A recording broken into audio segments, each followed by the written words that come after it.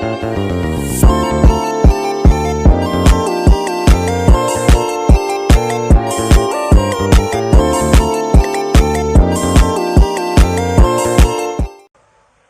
teman-teman, pada zaman serba teknologi seperti saat ini, cybercrime patut kita waspadai.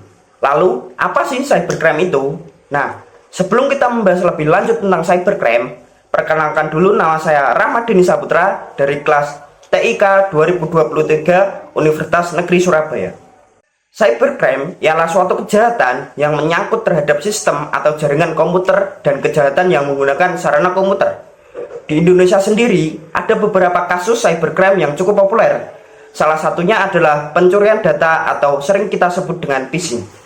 Dari beberapa sumber yang saya baca, phishing adalah salah satu jenis kejahatan cyber atau cybercrime yang bertujuan untuk mencuri data pribadi seseorang secara ilegal. Dalam aktivitas ini, pelaku menyamar sebagai entitas yang terpercaya dan mengelabui korban agar memberikan informasi pribadi mereka, seperti nomor kartu kredit, PIN, user ID, nomor telepon, dan nomor rekening bank. Salah satu metode umum yang digunakan pelaku adalah dengan menyebarkan tautan palsu melalui media sosial yang terlihat menarik dan menggiurkan.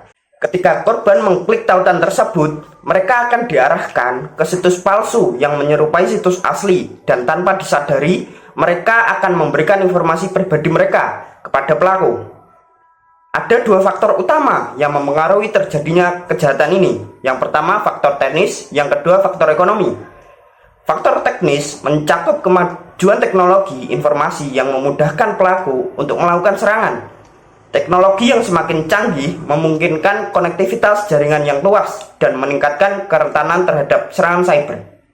Yang kedua faktor ekonomi, berkaitan dengan dorongan finansial bagi pelaku untuk mencuri data pribadi dan menggunakan untuk tujuan yang merugikan, seperti mencuri uang dari rekening bank korban atau menggunakan informasi tersebut untuk melakukan transaksi ilegal. Sasaran utama dari kejahatan phishing adalah individu dan perusahaan.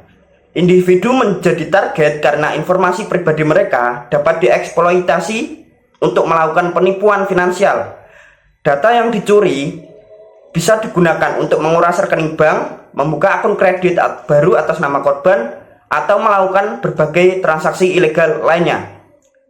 Perusahaan juga menjadi target penting karena mereka menyimpan data sensitif yang berharga. Serangan terhadap perusahaan bisa mengakibatkan kerugian finansial yang besar, kerugian reputasi, dan hilangnya kepercayaan dari pelanggan.